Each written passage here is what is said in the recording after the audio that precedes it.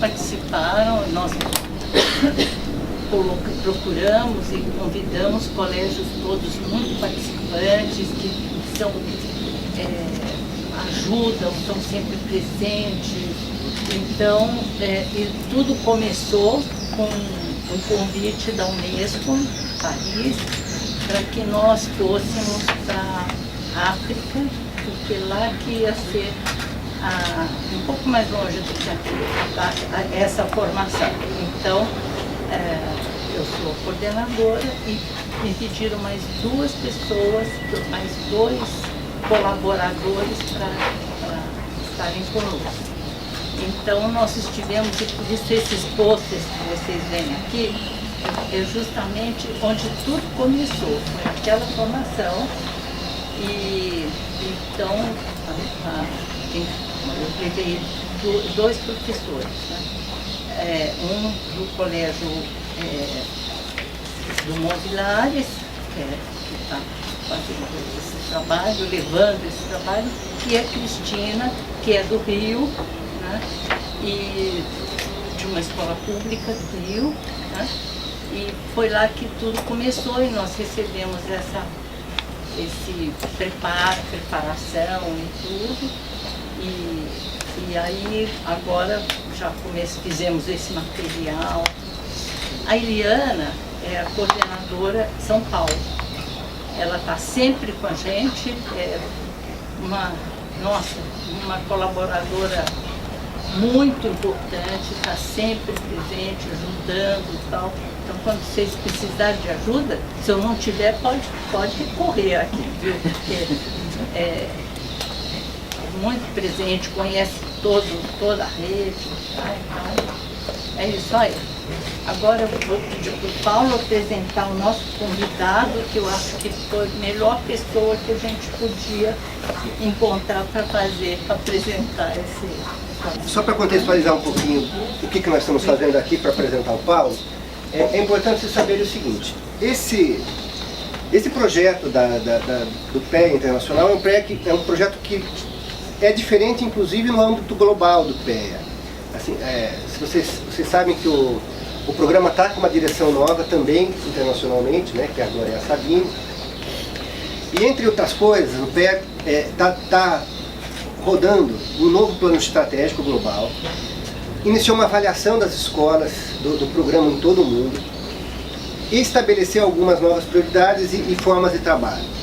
Esse projeto é um projeto piloto, é um projeto assim, de um grupo muito seleto de países mesmo, né? A gente esteve lá em Dakar e os países que estavam lá, visivelmente, eram países que tinham que mostrar no trabalho feito na Unesco.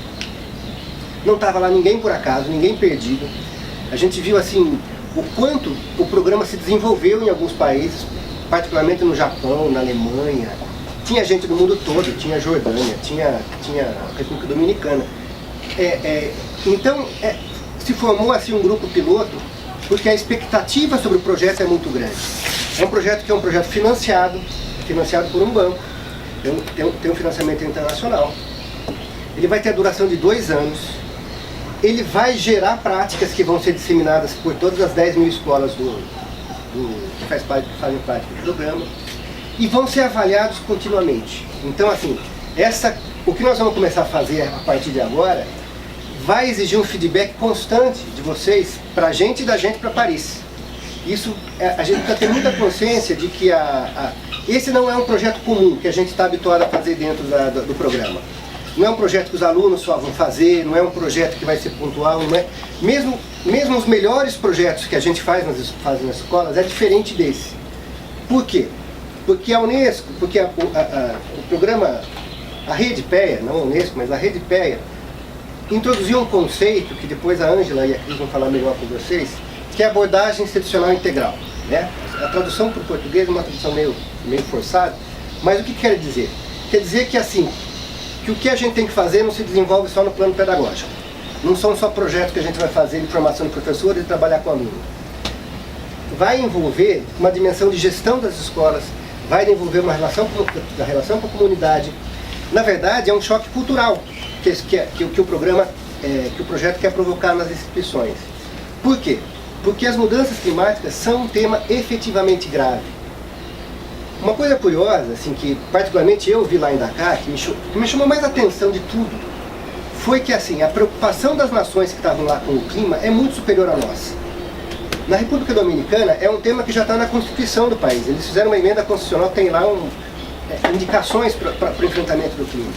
Na Namíbia, outro país que estava presente, os meninos aprendem a plantar no deserto, eles aprendem a se virar, porque o agravamento das condições lá já é imediato. A gente tende a ver a mudança climática como uma coisa para o futuro e como uma coisa que a gente vai tratar. Esse é o risco. A gente sempre vai tratar a questão climática como se fosse mais um tema de sustentabilidade. Não é. Ele é um tema que se separa.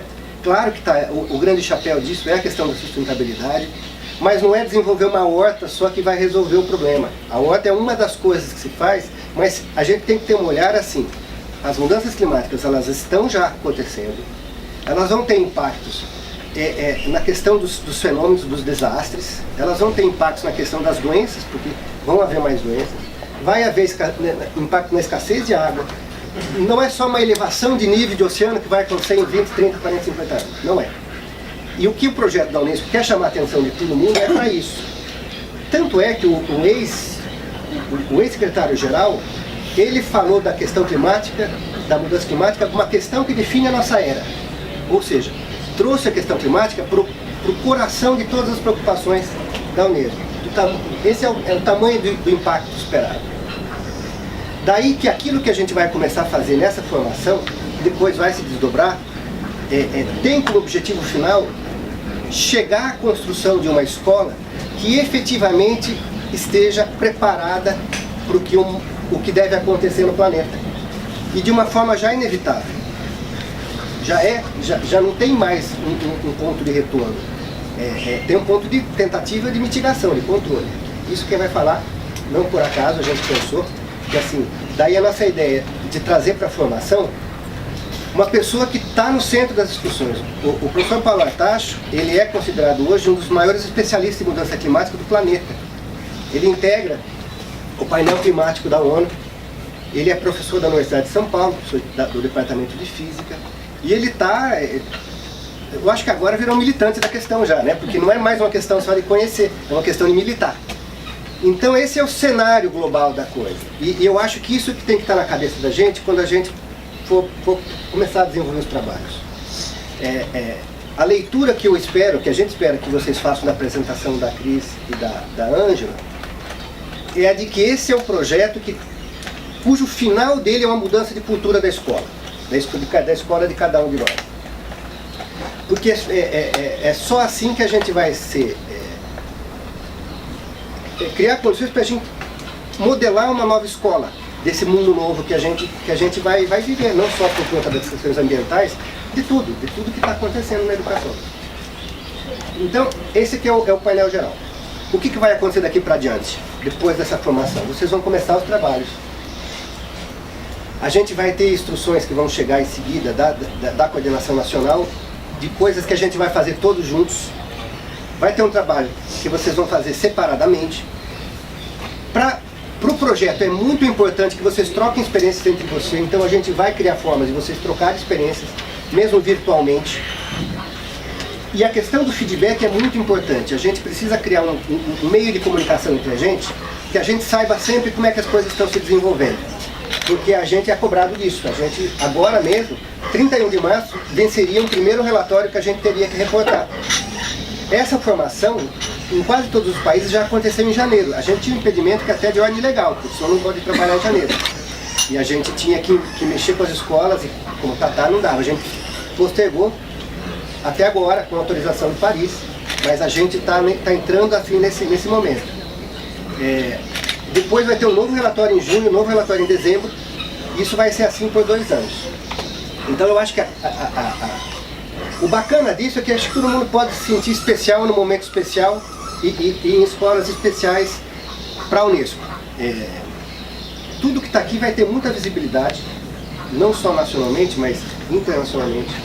E eu acho que assim, quanto mais legal a gente conseguir fazer esse trabalho, mais a gente está contribuindo para aquilo que a gente quer fazer no final das contas, que é melhorar o mundo.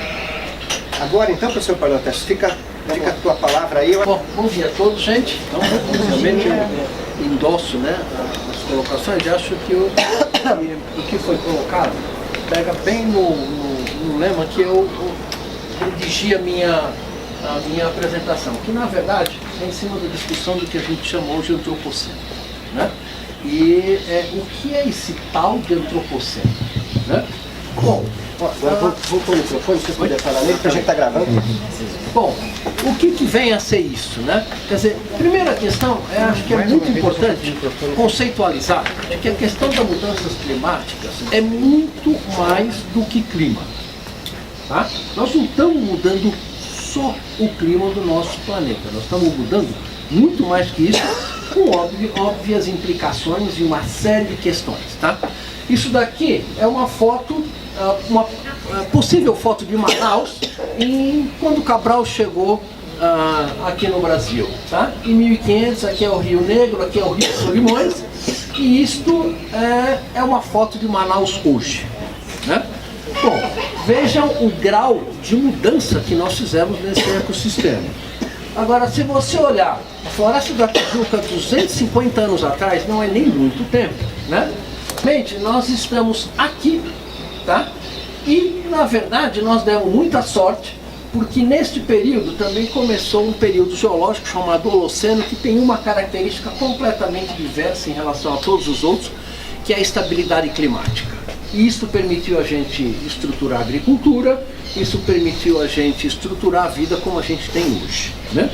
Se a gente olhar, por exemplo, a evolução geológica junto com a evolução da vida no planeta, também nós vamos perceber que o nosso aparecimento se deu nessa última linha aqui, certo? Então é muito recente e realmente as mudanças, como vocês percebem, são muito fortes. Você pode olhar essas mudanças que nós estamos fazendo no planeta de várias maneiras.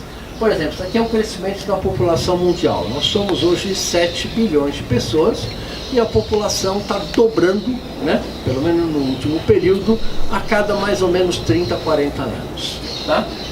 Aqui você tem uso de fertilizantes, uso de energia primária, população urbana, construção de reservatórios de água, uso de água e assim por diante. Você vai ver que desde 1850 até 2010, que esse gráfico é feito, você vê que todas as tendências socioeconômicas crescem exponencialmente. Não precisa ser muito esperto para perceber que isso tem que ter um final, isso tem que ter um limite, nada pode crescer exponencialmente sem não trazer implicações importantes. Só que a questão é que essas implicações importantes já estão conosco, embora às vezes a gente nem se aperceba disso. Aqui você tem, por exemplo, perda de florestas tropicais, quantidade de terra domesticada, uso de aquacultura para crescimento de peixes, deposição de nitrogênio, concentração de metano, óxido nitroso e CO2, que são os 3 principais gases de efeito estufa. Também, da mesma maneira, todos esses tendências do sistema terrestres estão crescendo exponencialmente, né? Então é óbvio a gente perceber que isso não pode continuar de infinito e que nós estamos agora num momento absolutamente crítico da evolução da nossa espécie nesse planeta, né? Isso é tão real que isso não é reconhecido só por cientistas mais, né? A capa da revista da Economist de 6 anos atrás, de 2011, né, foi essa: bem-vindo ao antropoceno, né? Ou seja, nós já, gostemos ou não, seja nomeado pela União Geofísica Internacional ou não, já estamos no antropoceno. E o que é que caracteriza o antropoceno? Uma única coisa: a nossa dominação do planeta, em detrimento das outras bilhões de espécies com as quais a gente compartilha o planeta. E obviamente isso tem implicações fortes em vários aspectos do nosso planeta. Eu vou pegar alguns só, porque em 40 minutos não dá para abordar todos. Um dos aspectos mais importantes é o que a gente chama ciclo do carbono global, né? O carbono, nós, todos os seres vivos, né, não só nós, são feitos de carbono. Então, basicamente, o carbono é o ciclo biogeoquímico mais importante do nosso planeta. Tá? Então, o que nós estamos observando? Nós estamos observando nesse gráfico aqui, é um gráfico um pouco mais antigo, eu vou mostrar os atualizados. Nós estamos emitindo 34,1 gigatoneladas de carbono por ano para a atmosfera.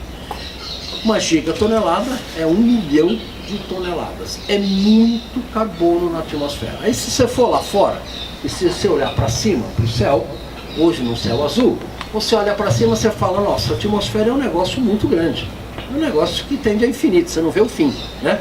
Lindo engano, né? 90% da massa da atmosfera é nos primeiros 14 quilômetros, que é menos que a distância da minha casa, que eu moro perto da USP, até aqui. Ou seja, é uma casquinha da casquinha da casquinha de ovo. Perto do raio da Terra, isso é absolutamente desprezível, 14 quilômetros. Tá? Ou seja, você tem um reservatório muito pequeno, e se você emite 34 gigatoneladas por ano, e se a física e a química funcionam, não tem milagre. As concentrações de CO2 têm que estar aumentando significativamente, e é o que está ocorrendo. Né?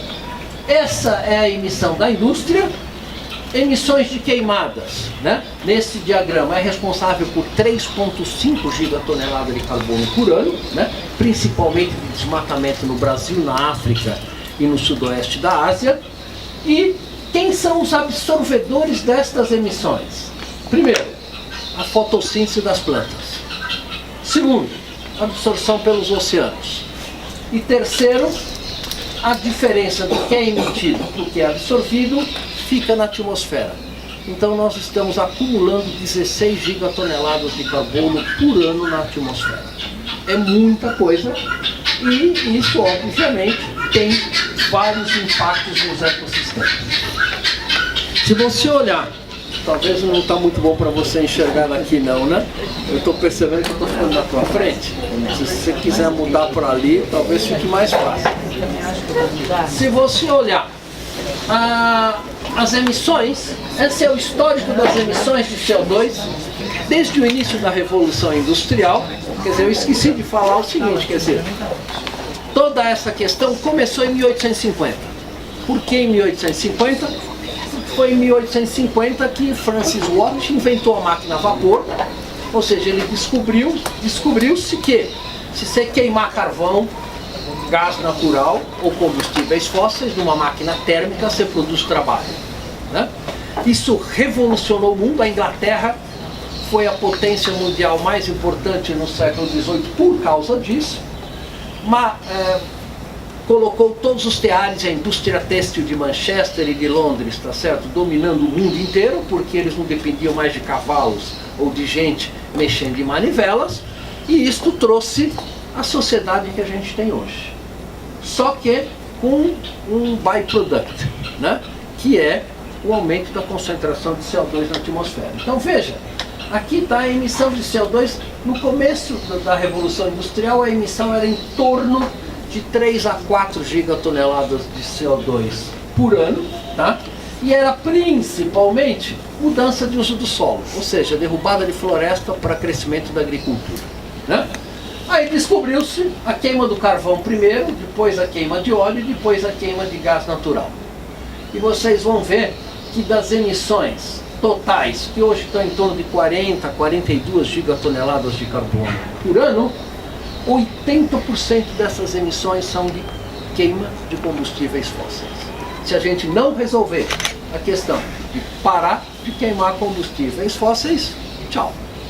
Nós vamos ter que procurar um outro planeta, porque esse não vai servir para a gente habitar mais. Isso espero que fique claro daqui para frente. Esse é um gráfico mais atualizado. Hoje, veja, as emissões de queima de combustíveis fósseis correspondem a 91% das emissões. Desmatamento, 9%, esse número era 18% há 10 anos atrás e caiu principalmente por causa do Brasil, que reduziu o desmatamento, tá? De em torno de 27, 28 mil quilômetros quadrados em 2005 para 6 mil quilômetros quadrados em 2011. Só que nos últimos 4 anos, esses 6 mil quilômetros quadrados passou a 9. Tá? Então nós estamos aumentando o desmatamento na Amazônia nos últimos 4 anos. Tá? Então esse número, infelizmente, vai aumentar. E veja, 31% é reabsorvido pelas plantas, só que isso daqui tem um limite, né? Todo mundo sabe que uma planta, você pega um eucalipto, ele não vai poder ter 200 metros de altura. Não tem estabilidade mecânica para isso. Né? Então ele não pode crescer ad infinito. Né? Então, você também, para a fotossíntese, além de CO2, você precisa de radiação, nutrientes e água. Né? E sem qualquer um dos 3 ingredientes, a fotossíntese não funciona. Então isso daqui vai ter um limite. A absorção de CO2 pelos oceanos forma ácido carbônico, que é um ácido solúvel em água e está causando a acidificação dos oceanos. Né? E o restante fica na atmosfera. Tá? Então isso é mais ou menos o panorama científico hoje para onde vão essas emissões de CO2. Mas a gente pode olhar essa questão de vários aspectos diferentes. Aqui está o aumento da concentração de CO2, agora não no início da Revolução Industrial, mas desde 1950 até 2016. Né? Então você vê um aumento contínuo. A concentração de CO2 era 280 partes por milhão em 1850, hoje é 402 partes por milhão. Então a gente definitivamente estamos mudando a composição da atmosfera do nosso planeta. Bom, essa é a questão fundamental nesse ponto. Agora, é curioso que aqui você tem a concentração de CO2 e aqui nesse gráfico azul está a concentração de oxigênio na atmosfera. Né? Por que eu coloquei esses 2 gráficos juntos? Porque veja bem, será que esse aumento de CO2 é causado pela queima de combustíveis fósseis ou é causado por qualquer outra coisa? Por exemplo, mortalidade de florestas, etc. e tal. Em ciência você tem sempre que perguntar todas essas coisas. Bom, deixa eu lembrar o seguinte, por exemplo, meu carro é um carro a gasolina. Né? Quando eu vim para cá, ele emitiu carbono. Tirou o carbono do combustível da gasolina, queimou, produziu o trabalho e foi pelo cano de escapamento. Só que para cada átomo de carbono, para mim formar uma molécula de CO2, eu preciso de 2 átomos de oxigênio, pela estequiometria química da reação. Ok, então se o CO2 está aumentando e se esse CO2 vem de combustível fóssil, e se a química funciona, a concentração de oxigênio tem que estar diminuindo na atmosfera. E efetivamente é isso que nós estamos medindo, nós estamos diminuindo a concentração de oxigênio. Felizmente a concentração de oxigênio na atmosfera é muito alta, 19%, né? Então a gente ainda não sente asfixia pela falta de oxigênio. Mas isso é mais uma demonstração da relação entre CO2 e queima de combustível fóssil. Bom, agora, se fosse só para alterar a composição da atmosfera, se isso não tivesse nenhuma outra implicação, nós não estaríamos conversando aqui nessa sala, porque, olha, só estamos mudando a composição da atmosfera. Porque nós estamos alterando também a circulação da atmosfera. Isso tem impactos na agricultura muito forte, né? E isso tem impactos nas áreas urbanas, isso tem impacto socioeconômico enorme. Tá? Bom, agora, além da atmosfera estar aquecendo, aquilo é medida da temperatura na atmosfera. A atmosfera tem contato com o oceano também tem que estar aquecendo. Né? E efetivamente, essa é a temperatura do oceano, né? Que nesse caso de 1959 a 2008, veja, só 50 anos, você vê regiões dos oceanos que já se aqueceram de 2 a 2,5 graus. Né? Então veja, para a capacidade térmica da água, isso é uma absorção brutal de energia. Tá? E veja, e tem regiões dos oceanos que estão diminuindo de temperatura. Por quê? Porque nós estamos, além de alterar a circulação atmosférica, nós estamos alterando a circulação oceânica. O que isso quer dizer? Quer dizer que esta região aqui, nós estamos observando um aumento muito grande do que a gente chama upwelling. A água muito fria do oceano, muito profundo, vindo para a superfície, resfriando a água de superfície. Mas para esta água sair de baixo e vir para cá, a água mais quente daqui de cima está indo lá para baixo. Né? Não tem milagre, mecânica de fluidos. Tá? Então, o que nós estamos observando é uma alteração profunda na temperatura dos oceanos. com implicações importantes para a biota, para a biologia marinha e assim por diante. Outra implicação desse aumento da temperatura dos oceanos é uma coisa também muito simples, né? Que é o seguinte: a água tem um coeficiente de dilatação térmico positivo. O que quer dizer isso? Assim como uma barra de cobre, se você esquentar uma barra de cobre, ela se dilata, a água também se dilata. Tá? E se a temperatura do oceano está aumentando e se a física funciona, basicamente o nível do oceano tem que estar aumentando. E ele efetivamente está aumentando, né? Desde 1860, de acordo com esse recorde aqui, o oceano aumentou em média 23 centímetros. Tá? Aí é aquela questão, cuidado com essas médias, porque isso é uma média global. Tá? No Nordeste brasileiro, em Recife, por exemplo, em algumas regiões o oceano aumentou 60 centímetros. Em outras regiões aumentou muito menos. Né? E quando você pega um aumento do nível do oceano de 60 centímetros, todo mundo que mora perto da praia já sabe o que isso pode significar. Né?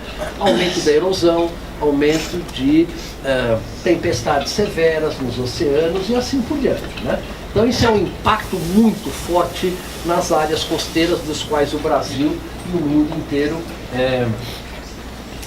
se preocupa muito.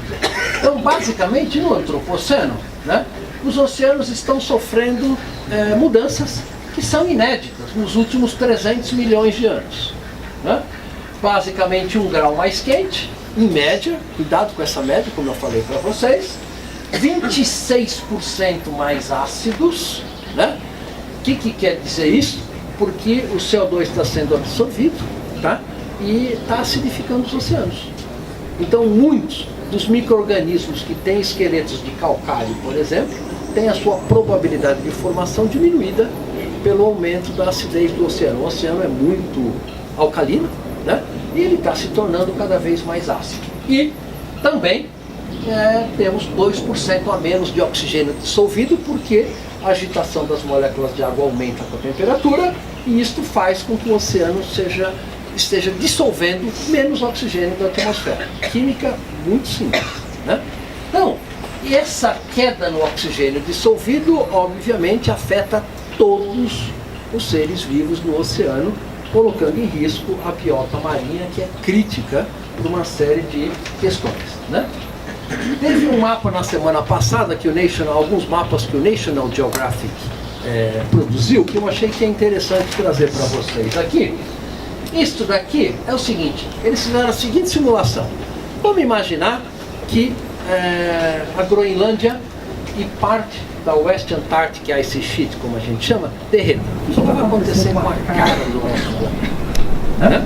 E isso como é que vai ficar a América do Sul? A Assunção vai ter praia, né? Manaus vai ficar debaixo d'água. Manaus está a 2.400 quilômetros da costa. Tá? Só que a altitude de Manaus é 54 metros. Tá? Então vai ter praia até em Tefé, tá certo? Lá na Amazônia. Tá? Para vocês terem uma ideia do grau de alteração que nós podemos estar fazendo na face do nosso planeta. Né? Porque se toda a Groenlândia se derreter, ela não derrete em 1 ano, 2 anos, 10 anos ou 20 anos. Isso vai demorar alguns séculos. Mas é um processo irreversível. Essa é outra questão importante. Né? O aumento médio do nível do mar é 70 metros. Então 70 metros, para quem mora no Rio de Janeiro, ali em Copacabana, Ipanema, pode saber muito bem o que significa um aumento médio do nível do mar de 70 metros. Né? Bem palpável. Então, é muito importante essas alterações. Isso na América do Sul.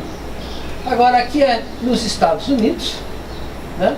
Basicamente New Orleans e todo o interior do Texas, né, vai virar praia, por exemplo. Né?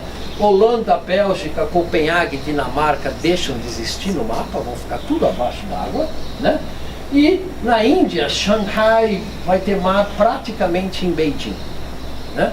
Ou seja, nós não estamos falando de uma pequena alteração à face do nosso planeta. Nós estamos falando de gigantescas mudanças. Quer dizer, isso que eu acho que é importante a gente perceber.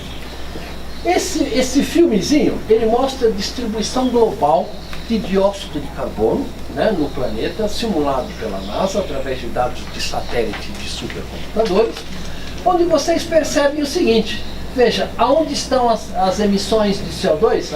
A cor mais vermelha são as emissões maiores. Estão no hemisfério norte. Basicamente, China, Europa e Estados Unidos, de longe, e Índia são os maiores emissores de CO2, né? E veja que no hemisfério sul você tem emissões muito pequenas, né? O Brasil e a África só aparecem por causa das queimadas na Amazônia, como vocês podem ver aqui, né? Então, basicamente, só que tem um detalhe: quanto tempo esse CO2 que está sendo emitido na atmosfera vai ficar por lá? Vocês têm ideia? A meia-vida do CO2, ele tem vários decaimentos. O primeiro decaimento causado pela fotossíntese, a absorção pela fotossíntese, que é uma vida da ordem de 30 anos, né? Só que isso é muito pequeno, como eu falei, não remove o CO2 da atmosfera, só ajuda na reciclagem, tá? Esse CO2, por causa do depósito geológico no fundo dos oceanos, que é aonde esse CO2 vai ser depositado, ele tem uma meia-vida na atmosfera da ordem de 1 a 5 milhões de anos. Tá? Então, o que a gente está, a molécula de CO2 que eu emiti no meu carro quando eu vim até aqui, vai fazer efeito estufa por pelo menos 1 milhão de anos. Ponto. Tá? Então, não é uma questão de que, olha, se eu parar de emitir hoje, eu resolvo esse problema. Não, você não resolve, né? Isso também é muito importante a gente reconhecer essa questão. E esse gráfico mostra o fluxo de energia no nosso planeta por um satélite da NASA que mede o fluxo de radiação no topo da atmosfera, né? Então você tem dia e noite, mas veja que 90% da radiação recebida pelo planeta vem na região tropical, né? E então é muito importante, processos que ocorram no Pacífico ou na Amazônia são extremamente importantes na redistribuição global de energia do nosso planeta, muito mais importante do que os processos que ocorrem em regiões temperadas. Tá? Então isso é outra questão que é importante para a gente, né?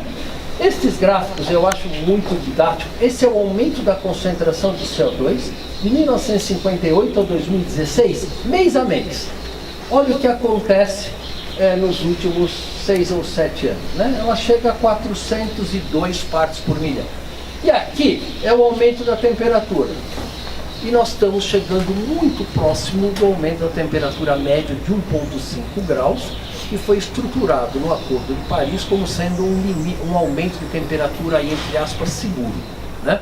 Nós já estamos chegando muito perto. O aquecimento médio nas áreas continentais foi de 1,9 graus. O médio global é 1,2, tá? Então nós estamos chegando ali perto. Isso tem implicações. Um deles é a redução do volume de gelo no Ártico. Veja, isso daqui é ano a ano, mês a mês, a redução do volume de gelo do Ártico. O Ártico perdeu em torno de 9 milhões de quilômetros quadrados de gelo nos últimos 10 anos. Isso é a área do Brasil. Tá? Então, a perda de gelo não é uma pequena redução, mas é uma redução muito significativa na área de gelo, né? Agora, isto que eu estou dizendo para vocês é em média, né? E a gente precisa sempre tomar cuidado com a caracterização de uma situação média. Este gráfico aqui é a área de gelo, né? Olha, 16 milhões de quadrados, aí para 20, aí 22, etc. e tal, ao longo do ano, né? E desde 1978 até 2017, olha o que aconteceu em 2017. Perto de todas as outras medidas dos outros 30 anos, né? Ou seja, parece que alguma coisa está acontecendo e que a gente está tirando o clima do nosso planeta do equilíbrio que ele teve ao longo dos últimos milhões de anos, né? Temos vários indicadores, não é só esse, tá certo? De que isso efetivamente está ocorrendo. E agora no futuro? Isso daqui é o aumento da temperatura de 1850 medido até 2010 e a projeção de 2010 até 2100. Olha que curioso o que acontece. 1980, 2000, 2016, 2030, e esse é o território que a gente está andando. Isso é o que nos espera se a gente continuar emitindo 40 gigatoneladas de CO2 como a gente está emitindo hoje, né? Então veja um aumento médio de temperatura da ordem de 5 a 8 graus, dependendo de como você faz essa conta, dependendo das suas premissas, etc. Existem grandes incertezas nesse modelo? Claro, incerteza é inerente em qualquer método científico, né? Então, as incertezas fazem parte do processo, mas não é por causa